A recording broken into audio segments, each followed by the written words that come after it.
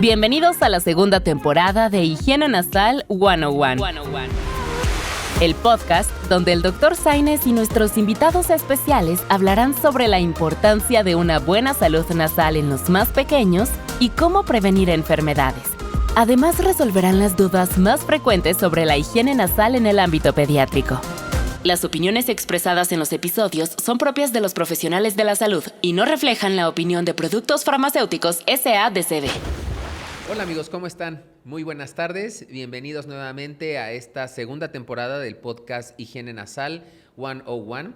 Soy el doctor Francisco Javier Sainz Marín y les doy la más cordial bienvenida a este que es uno de los programas que constituyen esta nueva serie de podcast, donde estamos analizando diversos aspectos de la higiene nasal con relación a diversas patologías o problemas del aparato respiratorio. Y hoy la verdad es que estamos súper contentos. Está conmigo una gran amiga mía, que es la doctora Andrea Orozco Sánchez. Ella es otorrinolaringóloga y cirujano de cabeza y cuello, con subespecialidad en laringología y fonocirugía.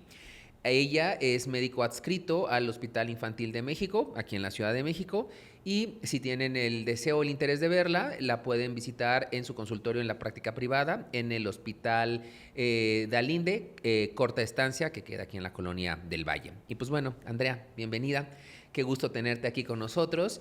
Y bueno, el día de hoy vamos a hablar sobre pues todo lo que tiene que ver con temas que son muy frecuentes en la Ciudad de México, o como pueden ser en ciudades grandes de la República, como pueden ser Guadalajara, Monterrey, Puebla, Mérida, y me refiero, por supuesto, a los temas que tienen que ver con la rinitis alérgica. La alergia que además, conforme han avanzado todos estos años y con esta cuestión del cambio climático y de la contaminación, pues son cuadros que vemos con mucho más frecuencia. Antes, pues bueno, dividíamos las alergias en estacionales, cuando se presentaban solamente en la temporada de invierno o en la temporada de primavera, pero prácticamente en ciudades como la Ciudad de México son problemas que lo vamos a ver en la consulta durante todo el año. Y definitivamente la población pediátrica es un grupo que pues constantemente tiene este tipo de problemas, ¿no? Y ahí es donde se enfrentan los papás, sobre todo los primerizos, a este dilema de saber si el niño está enfermo, para empezar, si los síntomas que tiene son normales, hasta dónde lo pueden aguantar en casa o le pueden dar alguna cuestión como tratamiento conservador, hidratación, reposo, o cuándo ya buscar, en este caso, al médico especialista. Y para eso, pues bueno, vamos a platicar con Andrea el día de hoy. ¿Cómo estás? Muy bien, Francisco. ¿No? Muchas gracias. Un gusto estar aquí para poder platicar de rinitis alérgica en niños. Te lo agradezco mucho. Bueno, la primera pregunta que te haré yo, Andrea, es más o menos ¿qué porcentaje calculas que hay de niños con rinitis alérgica en México? Ya está, de hecho, bien estipulado que es hasta un 40% de la población infantil la que puede tener rinitis alérgica. Y algo muy importante también es que se puede presentar a cualquier edad, ¿no? Sabemos que probablemente en un niño recién nacido, un niño muy pequeñito, menor de un año, va a ser algo más difícil, pero sí hemos visto que desde las edades de menos de 2 años ya empezamos con algunos datos o algunas molestias en esta población, en que ya empezamos a ver síntomas de obstrucción nasal, que el niño se congestiona, que empieza con los moquitos, que los moquitos escurren, y entre más pequeñitos sean, pues también los síntomas pueden ser un poquito alarmantes para los papás, ¿no? ¿Por qué? Porque cuando están más pequeños, pues todas estas secreciones se acumulan a nivel de la nariz y empezamos a ver cómo a veces hasta se asocia con ronquido, mala alimentación, etc. También en edades más adultas, ¿no? O sea, cuando ya vemos adolescentes, niños que van a escuela, por ejemplo, niños de 7, 8 años, vemos que va en aumento todavía más esta prevalencia de la rinitis alérgica. Entonces, en realidad es importante que nosotros identifiquemos como papás los síntomas que puede presentar nuestro hijo. ¿Por qué? Pues porque en realidad en cualquier edad puede presentarse y estamos viendo que casi pues un 40% es algo importante, ¿no? Se puede decir que casi estamos alcanzando que la mitad de nuestra población de niños va a presentar algún dato de alergia. Claro. Ahora, es muy importante esto que comenta la doctora Andrea porque esto se ha relacionado mucho con el estilo de vida, ¿no? Hay una cosa por ahí que se llama la teoría de la higiene, donde habla sobre pues todos estos factores en los cuales vivimos el día de hoy, pues con la modernidad, los alimentos industrializados, el tipo de alimentos a los que estamos sometidos, los cambios de clima, y eso es lo que quizá explica por qué hemos tenido un incremento en este problema de rinitis alérgica. Aquí la situación es que, pues bueno, vamos a hablarlo, a desmenuzarlo un poquito en el resto del programa, pero bueno, la rinitis alérgica forma parte de un grupo de enfermedades a las que genéricamente denominamos alergia. Y aunque vamos a hablar particularmente de rinitis alérgica, recordemos que estos pacientes también pueden tener alergia en los ojos, que se conoce como conjuntivitis alérgica. De hecho, es muy frecuente oír el término rinoconjuntivitis alérgica. Pero recordemos que hay patologías como pueden ser el asma, que es también la enfermedad alérgica de la vía respiratoria inferior. Y además el paciente se puede presentar con alergia en la piel, que se conoce como urticaria, o bien con alergia a alimentos, que pues también en la actualidad vemos ya con más frecuencia problemas de alergia a alimentos. Aquí la situación, como comentaba Andrea, y quisiera que nos dieras algunos tips para que los padres pudieran orientarse, es que la doctora comentó que los pacientes pueden tener obstrucción nasal, pueden tener moquito. De hecho, incluso a los niños les llamamos mocosos porque todo el tiempo producen moco. Son como una fábrica de moco. Y cuando hay alergia, pues eso se puede duplicar o hasta triplicar la cantidad de moco que producen. ¿Cómo poder saber que el niño tiene un proceso alérgico y cómo pensar en que a lo mejor tiene otra cosa que no sea alergia? Bueno, número uno, vamos a pensarlo en estos niños que, como tú dices, se puede acompañar de otras enfermedades, ¿no? Sabemos que lo que tú mencionabas, que pueden tener también la inflamación en los ojos, a nivel de la piel. Hay personas a las cuales ya clasificamos como una marcha atópica, ¿no? Quiere decir que desde pequeñitos van a iniciar con molestias o datos de alergia, no solamente a nivel de la nariz, y conforme vayan ellos creciendo, van a seguir desarrollando estas molestias.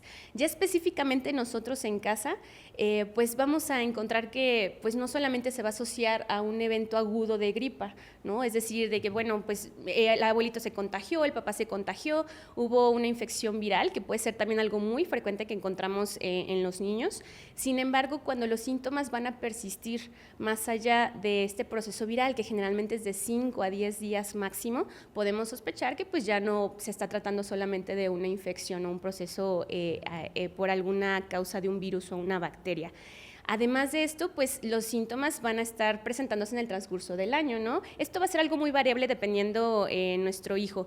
Puede ser que presente algunos síntomas muy leves, ¿no? En el que solamente ciertas temporadas, a veces es muy común que lleguen con nosotros a la consulta de doctora, es que todas las primaveras, cuando va a empezar la primavera, empieza el calor, empieza mi niño con mucha congestión, empieza con mocos y después de esto, pues recordemos que también nuestro organismo se hace más susceptible para infecciones. Entonces, a veces van también de la mano, ¿no? El que yo tenga inflamación por alergia y después pues pueda contraer también una infección viral simplemente porque está más susceptible mi organismo para esto. Claro. Y pues el que se esté repitiendo por ciertas temporadas o que persistan estas molestias más allá de lo normal de una infección, pues nos debería de dar ya ahí el dato de alarma de que pues probablemente esté sucediendo algo de una manera más crónica y que se necesite investigar. Claro. Y por supuesto para investigar esto pues tendría que tener una valoración con un experto. ¿Por qué? Porque no podemos nosotros decir, bueno, si mi niño presenta secreción de moquitos por la nariz o se está tapando la nariz, seguramente es alergia, porque entonces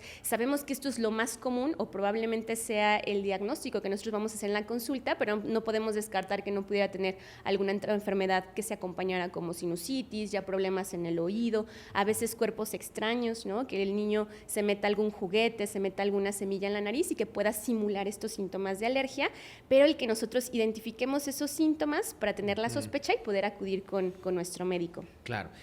Lo que acaba de comentar Andrea es muy importante. Los pacientes con alergia aparentemente tienen cuadros repetitivos de gripas. Entonces, esos pacientes que se están aparentemente enfermando cada mes, cada 3 semanas, bueno, sí hay que tener la sospecha de que a lo mejor el paciente puede tener un proceso alérgico que no hemos identificado, y ahí siempre es importante visitar, en este caso, al especialista, que es el otorrinolaringólogo, para que pues lo pueda revisar y él determinar si lo que tiene es efectivamente un proceso de alergia o tiene alguna otra situación que le está afectando la vía respiratoria. Ahora, también quiero solamente puntualizar un punto que acaba de decir Andrea. Los pacientes que tienen alergia o que ya saben que tienen alergia, es frecuente que después de una infección viral o de una infección bacteriana, pongámoslo como una infección de vía respiratoria, puede ser que a lo mejor desarrollan fiebre, y eso es un dato importante que nos hace considerar la posibilidad de una infección. Pero aunque nosotros demos tratamiento antibiótico, esa infección va a echar a andar los síntomas de la alergia. Eso es muy importante, porque luego en ocasiones seguramente te debe haber pasado que llega un niño, lo revisas, aparentemente él tenía un cuadro infeccioso, revisas los medicamentos y dices, no, pues estuvo la verdad bien manejado, pero el paciente se queja de 2 cosas, de congestión y de mocos, otra vez. Entonces, recordar, o solamente como un comentario, todos los pacientes que tienen un proceso alérgico y que sufren un proceso de infección, la infección va a echar a andar la alergia, y el tratamiento de este tipo de pacientes no es solamente el antibiótico. Entonces, es importante mencionar que después de cubrir el tratamiento antibiótico, si el paciente continúa con congestión, es importante que lo lleven sobre todo con el otorrinolaringólogo, ¿no? Pero bueno, regresando a la nariz. Comentábamos que este tipo de pacientes pues se caracterizan porque producen mucho moco, ¿no?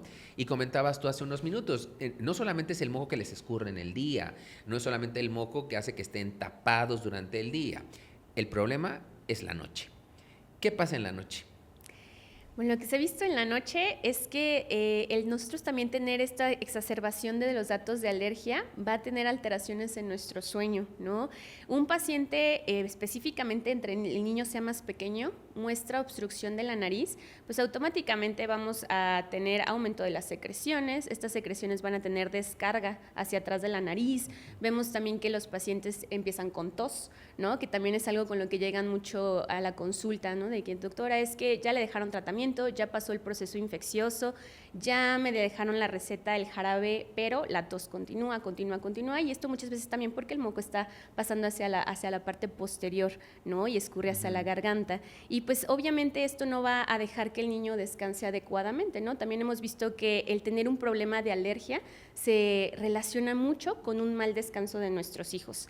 Entonces esto es algo muy importante porque sabemos que nosotros necesitamos descansar muy bien para tener un muy buen desarrollo, tener todas nuestras funciones cognitivas al día siguiente, y entonces vamos a encontrar que nuestro niño está roncando probablemente, que empieza a moverse mucho por la noche, no logra conciliar muchas veces el sueño adecuadamente, y pues todo esto a la larga lo vamos a ver también en una baja en sus actividades escolares, ¿no? Ya cuando él esté por la mañana en sus actividades, pues vamos a ver que en realidad está con mucho agotamiento, a veces entre más pequeños sean pueden tener también datos de hiperactividad, bajo rendimiento escolar, y pues al final todo esto tiene una gran importancia. ¿Por qué? Porque si nosotros podemos localizar cuál es la causa de esa alteración también por la noche y el dormir y darle el tratamiento adecuado, pues entonces podemos evitar también todas estas consecuencias. Claro. Ahora, un detalle importante de lo que menciona Andrea es que muchos de esos pacientes que además no pueden dormir, duermen con la boca abierta y roncan por la noche. Es frecuente ver que hay papás que piensan que el ronquido se les va a quitar y piensan que es normal. Bueno, de entrada el ronquido nunca es normal. Hay un porcentaje de pacientes pediátricos que más o menos oscila entre el 4 y el 5% de la población general que pueden tener ronquido hasta cierto punto fisiológico. Sin embargo, de entrada el ronquido no es normal, y generalmente eso habla de un trastorno respiratorio del sueño que puede traer como consecuencia todo lo que comentó Andrea, como puede ser problemas en el desarrollo intelectual del paciente. Son niños que a lo mejor todo el tiempo están cansados, o son niños que no ponen atención en la escuela, andan todo el tiempo de un lugar a otro porque están irritados. Pero además produce otras alteraciones. ¿Por qué? Porque un niño que no respira bien durante la noche, durante toda la noche su cuerpo está peleando con su propio sistema respiratorio para poder respirar. Durante la noche se realizan varias funciones de reparación, de restauración, de crecimiento. Entonces, hemos visto que los niños con procesos congestivos, obstructivos nasales, también pueden tener alteraciones en el desarrollo. ¿Tú qué has visto en tu consulta? Principalmente cuando tenemos etapas entre niños de 3 hasta los 7 años de edad, cognitivamente empezamos a ver alteraciones como hiperactividad, bajo rendimiento escolar y poca atención en sus actividades escolares. Eso es lo principal que vemos. Ya cuando estamos en edades un poquito más grandes como los adolescentes, ya se comportan un poquito más como nosotros, ¿no? Que luego estamos todos somnolientos, estamos agotados, nos estamos quedando dormidos en cualquier lado, no hacemos nuestras actividades. Esto es cognitivamente lo que más se ha visto. Pero también algo importante pues es el simple hecho de que nosotros estemos con una respiración oral, también en el desarrollo facial y craneofacial de nuestros hijos, también tiene una gran relevancia. ¿Por qué? Porque pues sabemos que los centros de crecimiento a nivel facial están a nivel del paladar y a nivel del piso de nuestra nariz, y el que nosotros estemos con una respiración por la boca constantemente va a hacer que estos centros de crecimiento nos estén estimulando, y al no estimularse, pues vamos a tener estas características de tener una cara muy alargada, nuestro niño que esté roncando, que no tenga un buen desarrollo y que a la larga traiga también problemas dentales y de crecimiento principalmente facial. Eso es muy importante también, sobre todo que lo consideren los papás. En ocasiones, insisto, asumimos que el ronquido o el hecho de que el paciente respire con la boca abierta se le va a quitar. A veces el no quererse dar cuenta de que hay un problema, porque es la realidad, no es que no sepan. Muchas veces el papá lo dice en la consulta, pues es que yo vi que desde hace 6 meses dormía, pero pensé que se le iba a quitar, ¿no? Y esperó 6 meses a llevarlo a la consulta, y esos 6 meses pues son 6 meses de oro que se pueden perder. No es por hacerlos sentir mal ni sentirlos culpables, pero es importante esta información para que ustedes puedan tomar alguna acción, ¿no? Ahora, bueno, hablamos de la congestión y que no respiran, pero otro de los síntomas que también presentan mucho los pacientes es el rascado. Sí. Y además, particularmente, el niño tiene una, ¿cómo podemos llamarlo? Una manía de meterse el dedo hasta donde alcanza el dedo, ya sea en la nariz o en el oído. Y eso es la consecuencia de que muchas veces lleguen los pacientes con cuadros de epistaxis, es decir, con sangrado nasal, o con cuadros de otitis externa por andarse metiendo la mano en el oído, ¿no? ¿Tú qué nos podrías decir al respecto? De hecho, es una de las principales molestias con las que se presentan también cuando tenemos datos de alergia. Esto pues no me voy a meter en mecanismos de claro, cómo sucede ni nada de esto, pero bueno, sabemos que al final el que una partícula externa esté entrando a nuestra nariz y desencadene toda una serie de inflamación, pues va a generar esta molestia muy típica, que es el que necesitemos estar rascando nuestra nariz constantemente. También, de hecho, lo que llegamos a ver en los niños es algo que llamamos saludo alérgico, ¿no? Que constantemente están, a veces no introduciendo el dedo, sino que también están junto con la palma de la mano. En ocasiones uno les pregunta a los papás, oiga, ¿ha visto que se mete el dedo? No, pero está enfrente de la consulta, o sea, tallándose la todo nariz, el tiempo así con sí, la mano, con la palma, cierto, por ejemplo. ¿No? Y esto nosotros lo podemos notar, en realidad es como preguntarle al papá pues 4 principales síntomas, ¿no? Es decir, yo sospecho que mi hijo está teniendo alergia, sí o no, y pues principalmente voy a preguntarme, ¿se le está tapando la nariz o no se le está tapando? ¿Está teniendo comezón? ¿Se está rascando continuamente? O preguntarle a él, ¿no? Si él ya tiene la edad para responder, y preguntarle, oye, ¿estás teniendo mucha comezón en tu nariz, en tus ojos, en tus oídos?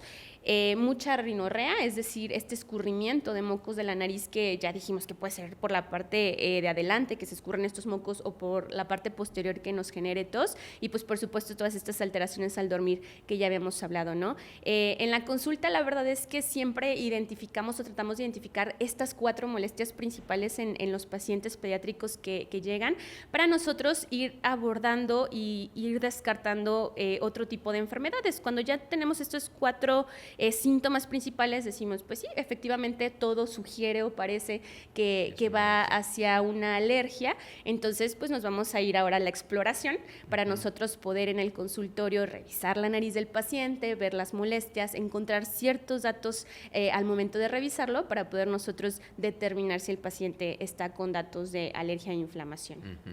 Ahora, Vamos a suponer que el papá o la mamá que nos está escuchando y que está escuchando este podcast se pone a meditar y dice, ok, mi hijo tiene congestión, tiene estornudos, le da comezón en la nariz, tiene todo el moqueo y lo voy a llevar con la doctora Andrea. Entonces la doctora Andrea dice, ok, sí, todo parece indicar que tiene alergia. ¿Cómo se diagnostica? Bueno, número 1, lo diagnosticamos con la clínica. Esto es lo primerito, ¿no? Lo primerito es que nosotros tengamos la sospecha. Entonces, si ustedes notan estas 4 molestias en su niño, ya desde ahí... Desde que está en la consulta ya podemos saber que tiene consulta. Exacto, ¿no? ya está alergia, un diagnóstico clínico, ¿no? Después de esto lo llevamos a una revisión. En la revisión nosotros aunamos ciertos datos, es decir, si vemos algún dato de inflamación dentro de la nariz, como unas estructuras que se llaman cornetes que están dentro, ver cómo se encuentra esa mucosa o esa piel que está dentro de la nariz, y pues sabemos que al final nosotros podemos hacer el diagnóstico simplemente por los síntomas que está presentando el paciente. Por supuesto que a veces nos guiamos de otros tipos de estudios, ¿no? Para corroborar específicamente si tenemos elevación de ciertas sustancias en la sangre que pueden sugerirnos también alergia o inflamación en nuestro niño, o también a veces si vemos casos muy severos que estemos sospechando que se acompaña también de estos pacientes asmáticos que están teniendo exacerbaciones, podemos también acompañarnos junto con el alergólogo para hacer pruebas a nivel de la piel y detectar específicamente si hay alguna sustancia del ambiente que específicamente está ocasionando esa inflamación. Pero si tú me lo preguntas así, el diagnóstico número 1 es clínico, ¿no? El que tenga los síntomas y la revisión en consultorio. Eso es muy importante, lo que acaba de comentar la doctora, porque en ocasiones llegan a la consulta pacientes con toda una batería de pruebas, pero nadie se ha asomado a la nariz. Por eso es que nuevamente insisto, siempre es importante llevarlo con el médico especialista. Si ustedes tienen la duda de que pueda ser un proceso alérgico o alguna otra patología de nariz, el médico especialista con quien lo tienen que llevar es con el otorrinolaringólogo o con el otorrinolaringólogo pediatra, dependiendo si es un niño o es un adulto, aunque en general, pues el otorrinolaringólogo general puede revisar tanto niños como adultos. Pero en el consultorio es cuando uno tiene una alta sospecha y puede incluso iniciar tratamiento. Las pruebas, como comentaba la doctora, es para saber específicamente a qué es alérgico, porque vamos a poner un ejemplo. A lo mejor el paciente es alérgico al polen o al polvo y bueno, salen ahí en unas pruebas que le van a hacer en la piel, ya sea a través de unos piquetitos o a través de unas pequeñas raspaduras que se hacen muy, muy superficiales de la piel para saber a qué es alérgico. Pero a lo mejor el paciente es alérgico a algún alimento y el paciente no ha identificado, vamos a poner un ejemplo, el paciente es alérgico a las nueces. Y alguien le dijo a la mamá que darle nueces al niño era lo más adecuado. Y entonces todos los días le dan nueces al niño y todos los días el niño se está ahogando y todos los días se está rascando la nariz. Entonces el diagnóstico de la alergia específico nos sirve solamente para detectar a qué es alérgico.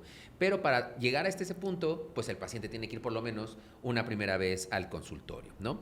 Ahora, Andy, nosotros sabemos que, hay que decirle al público que, la alergia tiene un tratamiento específico, un tratamiento para controlarlo, que es a través de algunos productos que genéricamente llamábamos antihistamínicos, pero hay una parte importante del tratamiento que es a través de la nariz, ¿no? Que puede ser a través de la utilización de diversos sprays. En este sentido, los lavados nasales, ¿cómo le pueden beneficiar a un paciente que tiene alergia? Considerando que además los lavados nasales en un momento dado pueden ser accesibles a la mayor cantidad de la población. ¿Tú qué les podrías decir a los papás y a las mamás que nos escuchan? Fíjate que esto es algo muy importante que mencionaste. Pues número 1, son súper accesibles, ¿no? Accesibles y de bajo costo.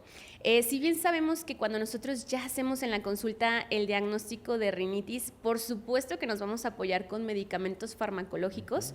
Una parte muy importante es que también tengamos a la mano todas estas otras herramientas que nos puedan ayudar a que también estos medicamentos que estamos dejando en nuestro niño vayan a funcionar mucho mejor, claro, ¿no? Entonces, específicamente hablando de estos lavados, una parte muy importante es que para la alergia se ha visto que, número 1, si nosotros los colocamos ya sea por sprays, por botellas, si los aplicamos por jeringa, el simple mecanismo de esta agua de mar va a hacer que haya un barrido de moco que está espeso, de las sustancias que son estos alergenos, que se llaman así porque nos están provocando la inflamación de alergia, y este mecanismo de barrido nos va a apoyar a que desde ahí ya estemos mejorando síntomas a nivel de nuestro niño, ¿no? Es decir, si yo estoy barremos nuestra nariz. Exacto, barremos y limpiamos nuestra nariz. Si yo estoy teniendo en mi niño molestias de mucha secreción y esta secreción se está haciendo espesa, porque a veces no también es de que nada más fluya, a veces tenemos costras, se puede acompañar con infecciones de sinusitis y todo este moco espeso lo estamos mecánicamente barriendo. También pues sabemos que esta sustancia que inflamó la nariz la podemos barrer, entonces desde ahí ya también estamos apoyando junto con los medicamentos que dejamos a la inflamación. Y pues por supuesto que las características que tienen estas aguas, ¿no? En cuanto a la sal que tiene, los iones que tiene, estas sustancias que nos ayudan también a mejorar la calidad de la mucosa de adentro de la nariz, va a permitir que mejoren muchos de los síntomas, ¿no? Y no solamente en los niños en los que solamente tenemos rinitis, ¿no? Ya también se ha visto que pacientes que también se acompañan con inflamación de la vía respiratoria inferior, como es el asma, el que nosotros mejoremos la parte de arriba y esta cuestión de la descarga y el que estemos tragando estas secreciones espesas va a mejorar también la inflamación a nivel de la vía respiratoria inferior. Entonces, si tú me lo preguntas, pues por supuesto que yo las recomiendo siempre en mis pacientes, siempre que identifico alguna alteración de alergia, alguna alteración de mucha secreción de moco, mucha inflamación que se acompaña con nariz tapada, aparte del tratamiento médico que sabemos que específicamente vamos a dar para esa enfermedad, vamos a acompañarlo de ciertas sustancias como son los lavados, que sabemos que son muy accesibles, que los podemos hacer en casa, que la gran mayoría de las veces son cómodos y vamos a apoyar este tratamiento utilizándolos. Perfecto. Fíjate que a colación de esto, bueno, aquí hay una pregunta de una mamá. Pregunta si es lo mismo utilizar un agua de mar que un lavado hecho en casa. No, yo te diría que... ¿Cuál es la diferencia? Explícale tú a los papás cuál es la diferencia entre un agua de mar y un lavado hecho en casa. El lavado hecho en casa, como nosotros generalmente también lo llegamos a recomendar, pues generalmente agarramos agua, colocamos sal, que esto es lo que le va a dar el cloruro de sodio, y muchas veces pedimos que también coloquen algo de bicarbonato para que esta solución baje su acidez, ¿no? En pocas palabras, y sea un agua de sal que no esté ácida. La diferencia con las aguas de mar que ya tenemos preparadas, que encontramos en el mercado, es que no solamente van a tener estos elementos, ¿no? Sino que también se van a acompañar de otros elementos como otras sales, potasio, magnesio, pueden ir acompañadas también de otras sustancias que ayuden en la inflamación, en mejorar los síntomas y en una mejor limpieza de la mucosa. Okay. Ahora, están preguntando aquí también si el agua, estos sprays también se pueden dar a edades tempranas. Sí, la verdad es que no existe una edad en la que no se permita realizar un lavado nasal. De hecho, lo podemos hacer desde que el niño nace, así literal, desde el recién nacido. Okay. La diferencia es que vamos a, pues nosotros tratar de hacer que sea de una manera mucho más cómoda y probablemente menos volumen o cantidad de agua que el que utilizamos en un adulto, ¿no? Entonces, aquí va a depender mucho de lo que nosotros queramos elegir. Cuando nosotros queremos generalmente, por ejemplo, humectar, hidratar la nariz, mejorar algunas costras de moco o tratar ciertas úlceras a nivel de la nariz, pues podemos dejar sprays nasales y a cualquier edad, no hay ninguna edad. Por ahí vamos a ver que algunas marcas y sustancias lo recomiendan a partir de los 6 meses de edad, pero en la práctica clínica nosotros a cualquier edad, si identificamos que el paciente lo necesita y tiene ciertas molestias, lo podemos utilizar. Ya el otro tipo de lavados en los cuales sí hacemos tal cual un lavado en el cual estamos utilizando cantidad de agua, como lo hacemos con las botellas, las jeringas, etc. También los podemos realizar a cualquier edad. La única diferencia es que la cantidad de agua va a variar según la edad, claro, ¿no? Si yo tengo generalmente un niño que vaya de los 0 a los 6 meses, pues vamos a utilizar una cantidad pequeñita que vaya de unos 5 a unos 15 mililitros aproximadamente de agua por cada fosa nasal. Si tenemos una edad entre los 6 a los 24 meses, generalmente vamos a utilizar ya una cantidad de volumen aproximadamente de unos 20 mililitros. Y si ya pues tengo un niño ya escolar de 8 años, un adolescente, pues ya pudiera utilizar cantidades de agua mucho mayores, que generalmente dejamos como en un adulto, como son más allá de los 60 mililitros, ¿no? Pero en edades pequeñitos, pues sí, por debajo de 60 mililitros sería lo ideal, simplemente por la necesidad que ellos tienen y las fosas nasales pequeñas que todavía encontramos. De hecho, esto que acaba de mencionar, doctor, es muy importante porque hay dispositivos que a lo mejor pueden concentrar una mayor cantidad de líquido, pero eso aplicado en un niño menor, pues pueden generar algún daño, sobre todo porque hay algunas condiciones anatómicas como la dimensión de la nariz, la ubicación de la trompa de Eustaquio, que es un tubito que conecta la nariz con el oído, que son, tienen características especiales en el niño, y a veces utilizar estos dispositivos que manejan un alto volumen pueden generarle algún problema al paciente. Por otro lado, cabe el comentario, hay dispositivos también pediátricos, ¿no? Que ya están también disponibles en todas las farmacias. Aquí tengo, por ejemplo, rápidamente un ejemplo de estos dispositivos. Estos dispositivos ya vienen con una boquilla especial, que evita que el paciente se vaya a lastimar. Esta pequeña boquilla pues permite introducirlo apenas medio centímetro, pero tiene, si ustedes alcanzaron a ver en la pantalla, un sistema de aspersión. Aquí lo vamos a poner otro poquito más para que se vea bien, y otro por acá también, y otro por acá para que todo el mundo lo vea. Pero vamos, es un rocío muy suave que permite una dispersión del producto en todo el interior de la nariz, y eso ayuda a que el paciente pueda realmente limpiar ese exceso de secreciones que tiene el paciente, ¿no? Incluso en los dispositivos pediátricos tiene una pequeña dilatación, como una pequeña cápsula que evita que el papá por accidente sin querer se lo vaya a introducir de más y pues afectar o lastimar el interior de la nariz, ¿no? Ahora, Andy, comentabas una cosa interesante. Bueno, hablamos ya de las soluciones salinas, hablamos de las aguas de mar, que son estas soluciones salinas que vienen enriquecidas con bicarbonato y con una serie de iones o de oligoelementos que tienen en concentraciones pequeñitas, pues funciones importantes dentro de la nariz. Pero podemos encontrar en el mercado también aguas de mar que vienen enriquecidas con alguna otra sustancia, ¿no? Y tenemos, el ácido hialurónico, que es como el aguacate. Ahora todo el mundo le pone aguacate o coco al jabón, a los aceites. Una nariz más joven. Una nariz más joven. Pero bueno, el ácido hialurónico, desde el punto de vista médico, pues tiene varias funciones. También hay condexpantenol, que es un lubricante. Hay una cosa que se llama carragenina, que es como un antiviral o un bacteriostático, que es decir, que bloquea las bacterias. Pero también hay lavados, por ejemplo, que vienen con aloe vera y manzanilla. Yo recuerdo que de más pequeño mi abuelita decía, bueno, si tienes un raspón, te cortas un pedazo de sábila, te lo pegas ahí y santo remedio. ¿Qué opinas tú de estas aguas que vienen enriquecidas con sustancias como el aloe vera o con el xilitol, que ahora también está muy en boga por el efecto que tiene de inhibir el crecimiento de las bacterias y que estén adheridas en la mucosa nasal? ¿Tú qué has visto en los pacientes con alergia? Específicamente en los niños, lo que he visto es mayor comodidad. Así te lo pongo, ¿no?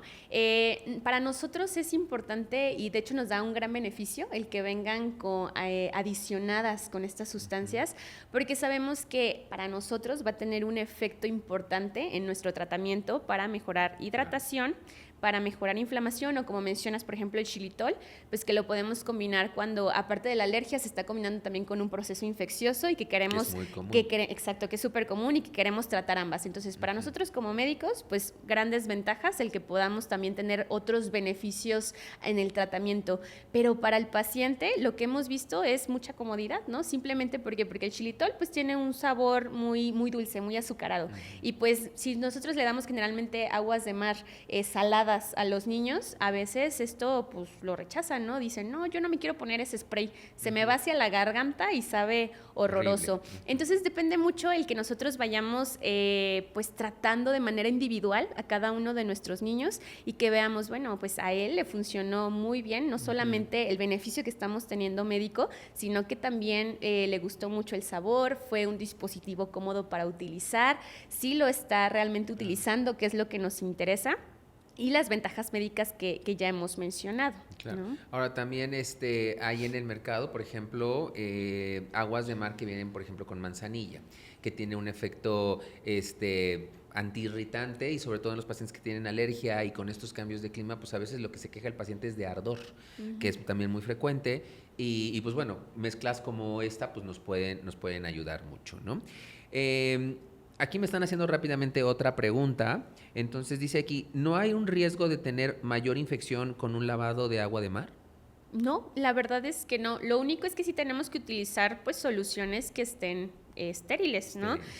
No podemos nosotros agarrar agua de la llave y es agua de la llave que no sabemos qué características tenga, si está contaminada o no, y pues ya nomás, órale, ahí la colocamos en la nariz de nuestro hijo, ¿no? Sino que si nosotros ya tenemos en el mercado ciertas formulaciones que sabemos que vienen con agua que está con todas las características ya higiénicas, que ya esté esterilizada, pues esta va a ser la recomendación, ¿no? Y en realidad, al contrario, lo que nosotros estamos haciendo es una limpieza gracias a esta agua y estamos añadiendo estas características y beneficios clínicos de inflamación, barrer con todos los alérgenos que están en la nariz, claro, siempre y cuando pues sea un agua limpia. Claro, pero no la predispone a tener más infecciones. No lo predispone. Ahora, aquí también nos hacen otra pregunta. Dicen, doctores, muchas felicidades por el programa. Muchas gracias. Preguntan, mi otorrino me mandó lavados con agua de mar y después que me aplicara un spray que trae mometasona. ¿Está bien hacerlo así? Sí, la verdad es que era lo que estábamos hablando al inicio, que estamos combinando los tratamientos, ¿no? Es decir, la mometasona es un medicamento que va a ir dirigido específicamente para la inflamación de la alergia. Ese es el tratamiento base del mecanismo de inflamación. Sin embargo, nosotros estamos añadiendo sustancias que van a apoyar con ese tratamiento. ¿Y qué hemos visto en estos pacientes? Pues bueno, número uno, hemos visto que a la larga necesitamos menos medicamento como la mometasona en los pacientes. ¿Por qué? Porque estamos adicionando las aguas de mar. Entonces, en lugar de estarles dejando dosis súper altas, logramos buen control, es decir, pues que el agua de mar también nos está apoyando con la inflamación, con la nariz tapada, con el moco, y no solamente estamos dándole todo el trabajo al medicamento para la inflamación. Claro. Y otra de las ventajas, pues es que sabemos que también estos sprays que van dirigidos a la inflamación, en algunas personas pueden ocasionar resequedad. Claro. Entonces, también esa resequedad nosotros queremos mejorarla o evitarla adicionando hidratación y lubricación, como son estas formulaciones. Claro. Además, bueno, que ya lo comentó la doctora Andrea, es importante hacer esta mención. Cuando combinamos un agua de mar con un esteroide, uno también de los objetivos es que ese paciente con alergia produce mucho moco. Entonces, en ocasiones, o forma costras, incluso en casos de rinitis alérgicas crónicas. Entonces, el hecho de hacer un lavado de la nariz me permite limpiar la superficie interna de la mucosa o la superficie interna, y que entonces un spray como la mometasona, que igual pudo haber sido fluticasona, ciclesonida, budesonida, hay muchos de estos medicamentos que se conocen como esteroides tópicos nasales, pues van a tener un mejor efecto, ¿no? ¿Por qué? Porque ya estamos barriendo todo ese exceso de moco y ayudamos a que el spray haga mejor efecto. Pero además, algo muy importante que acaba de mencionar Andrea también, y que sí no deseo pasarlo por alto, es que los esteroides, aunque son medicamentos muy nobles y que le ayudan muchísimo al paciente, de hecho son la base del tratamiento, son medicamentos que tienden a resecar la nariz. Entonces, el hecho de poderle ayudar al paciente a requerir menos dosis del esteroide le va a ayudar a que se reseque menos la nariz y a que funcione o que recupere más rápido sus funciones, ¿no? Pues bueno, Andy, ¿algún comentario final que quieras hacerle a nuestra audiencia, a los papás, a las mamás? No sé, ¿cuándo llevar al niño o cuáles son los datos de alarma que tú consideras que serían importantes para llevártelo a la consulta? Lo más importante, pues, son estas molestias que nosotros mencionamos, que las identifiquen muy bien, ¿no? Que es si su hijo está presentando nariz tapada, ronquido, mucha secreción de moco, y que esto no esté mejorando en el transcurso del tiempo. ¿Por qué? Porque sabemos que vamos a mejorar, que es lo más importante, la calidad de vida de este niño, ¿no? Mejorando estas molestias. A lo mejor nosotros decimos, ay, pues es que ahí tiene como unos síntomas muy leves de vez en cuando, pero esos síntomas pueden ser molestos para él y que en realidad no esté teniendo, como mencionamos en la noche, un buen descanso. Entonces, la recomendación sería que si en alguno de nuestros hijos encontramos alguno de estos síntomas, pues lo ideal sería tratarlo para quitar esta molestia. Claro. ¿Cuándo llevarlo? Pues cuando lo presente, ¿no? ¿Por qué? Porque nosotros tenemos en el momento en que lo presenta que hacer este diagnóstico clínico, pero no solamente es llevarlo cuando se ponga mal, ¿no? Uh-huh. Sino que también algo muy importante sería que nosotros pudiéramos darle el seguimiento de la enfermedad, porque una vez que controlamos ya las molestias, podemos nosotros también empezar a quitar medicamentos, empezar a dar ya manejos de sostén, a lo mejor ya disminuir disminuimos dosis, dejamos únicamente los hidratantes o los lavados nasales y con esto evitar que se vuelvan a presentar estos síntomas de una manera importante. Y pues no olvidar que también hay pacientes que no solamente se van a presentar con síntomas leves, sino hay pacientes que se van a presentar con molestias muy severas que sí van a estar alterando el día a día en sus actividades. Entonces, específicamente en estos niños, pues también llevarlos lo más pronto posible a una valoración para que el tratamiento indicado se pueda dar de una manera mucho más temprana. Muy bien. Pues nuevamente agradecerle a Andrea todos sus comentarios. Un último mensaje, sobre todo para los pacientes que tienen niños con alergia, recordar que muchas veces la alergia solamente la podemos controlar. Un paciente con alergia tiene la capacidad de desarrollar nuevas formas de alergia a lo largo de la vida. Entonces, más que darle un tratamiento, es importante que cuando ustedes vayan con su especialista, con su otorrinolaringólogo, les explique en qué consiste la enfermedad, cómo la pueden prevenir y qué hacer en caso de una crisis aguda, porque probablemente se van a volver a presentar.